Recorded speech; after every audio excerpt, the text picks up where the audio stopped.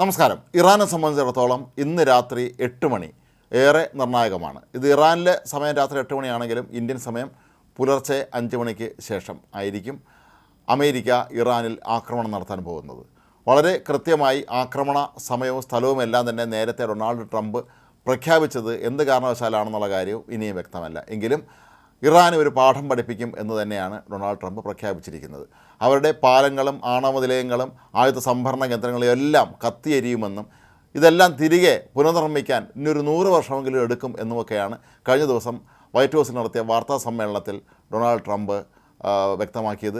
മാത്രമല്ല, അദ്ദേഹം പറഞ്ഞ മറ്റൊരു പ്രധാനപ്പെട്ട കാര്യം ഹോർമുസ് കടലിടുക്കിൻ്റെ നിയന്ത്രണം അമേരിക്ക ഏറ്റെടുക്കുമെന്നായിരുന്നു. അതായത് ഈ ആക്രമണത്തിൻ്റെ പിന്നാലെ ഹോർമുസ് കടലിടുക്കിൻ്റെ നിയന്ത്രണം തങ്ങൾ ഏറ്റെടുക്കുമെന്നാണ് ട്രംപിൻ്റെ പ്രഖ്യാപനം. ഹോർമുസ് കടലിടുക്ക് തുറന്നു കൊടുക്കാനുള്ള അമേരിക്കയുടെ ആവശ്യത്തിന്മേലുള്ള സമയം ഇന്ന് അവസാനിക്കുകയാണ്.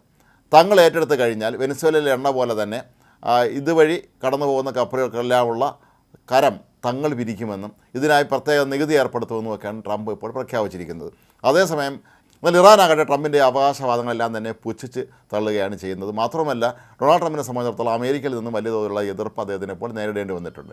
കഴിഞ്ഞ ദിവസം അമേരിക്കയുടെ ഒരു പൈലറ്റിനെ രക്ഷിക്കുന്നതിന് വേണ്ടി നടത്തിയ ശ്രമം പോലും ഇപ്പോൾ വലിയ തോതിലുള്ള വിമർശനത്തിന് കാരണമായിട്ടുണ്ട്. കാരണം ഈ പൈലറ്റിനെ രക്ഷിക്കുന്നതിന് വേണ്ടി 100-ലധികം വിമാനങ്ങളാണ് അമേരിക്ക ഉപയോഗിച്ചിരുന്നത്.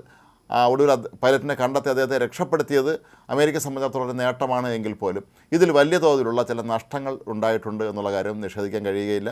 രക്ഷാപ്രവർത്തനത്തിനായി പോയ 2 വലിയ വിമാനങ്ങൾ അവിടെ ഇറാനിൽ മണലിൽ താഴ്ന്നു പോയതിനെ തുടർന്ന് ശത്രുക്കൾ എത്തുന്നതിന് തൊട്ട് മുമ്പ് ഈ വിമാനങ്ങൾ 2ഉം അമേരിക്കൻ സൈന്യം ബോംബിട്ട് തകർക്കുകയായിരുന്നു.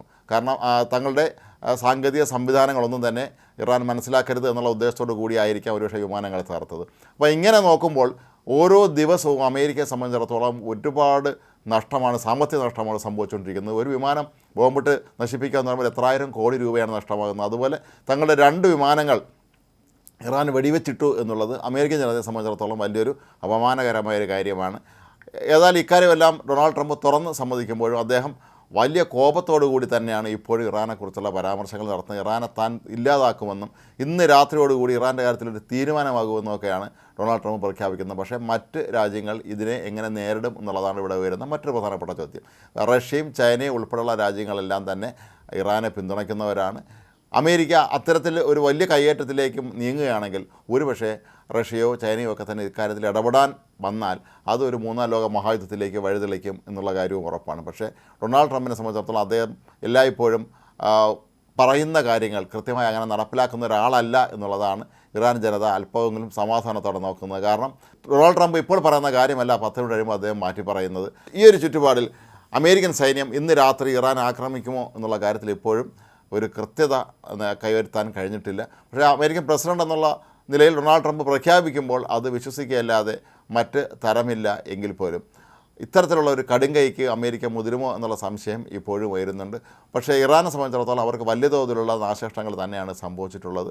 ഇറാനിലെ വളരെ തന്ത്രപ്രധാനമായ നിരവധി സ്ഥലങ്ങൾ ഇസ്രായേലും അമേരിക്കയും ചേർന്ന് ബോംബിട്ട് നശിപ്പിച്ചിട്ടുണ്ട്. കൂടാതെ അവരുടെ ഏറ്റവും പ്രധാനപ്പെട്ട സൈനിക വിഭാഗമായ ഇസ്ലാമിക് റവല്യൂഷണറി ഗാർഡ് കോർപ്സിൻ്റെ ഇൻ്റലിജൻസ് മേധാവിയും ഇന്നലെ കൊല്ലപ്പെട്ടിട്ടുണ്ടായിരുന്നു. ഇസ്രായേൽ വ്യോമസേന നടത്തിയ ആക്രമണത്തിലാണ് അദ്ദേഹം കൊല്ലപ്പെട്ടത്. ഇതൊക്കെ ഇറാൻ വലിയ തോതിലുള്ള തിരിച്ചടി നൽകുന്നുണ്ട് എങ്കിൽ പോലും പോരാട്ടത്തിൽ തങ്ങളൊട്ടും പിന്നോട്ടല്ല എന്ന് തെളിയിക്കാൻ ഇറാന് കഴിഞ്ഞു. അമേരിക്കയും ഇസ്രായേലും ചേർന്ന് 1 മാസത്തിലധികമായി നടത്തുന്ന ഈ ആക്രമണങ്ങളെ തിരികെ മിസൈൽ ആക്രമണം കൊണ്ട് പ്രതിരോധിക്കാൻ അവർക്ക് കഴിഞ്ഞു എന്നുള്ളത് ചെറിയ കാര്യമല്ല. പല രാജ്യങ്ങളും നേരത്തെ ഇക്കാര്യത്തിൽ മധ്യസ്ഥ വഹിക്കാൻ തയ്യാറായിട്ടുണ്ടായിരുന്നെങ്കിൽ പോലും ആരും പരസ്യമായ രംഗത്തെത്തിയിട്ടില്ല.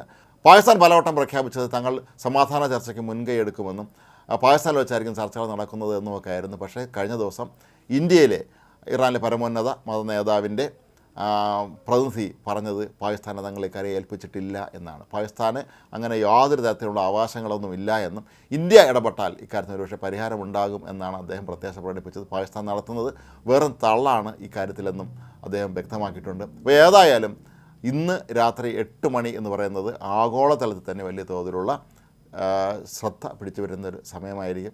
അമേരിക്ക ഇറാനുക്ക് നേർക്ക് അവർ പറഞ്ഞിരുന്നത് പോലെയുള്ള ഭീകരമായ ആക്രമണം നടത്തുമോ ഇല്ലയോ എന്നാണ് എല്ലാവരും ആകാംക്ഷയോടെ അതിലേറെ ഭീതിയോടെ ഉറ്റുനോക്കുന്നത്.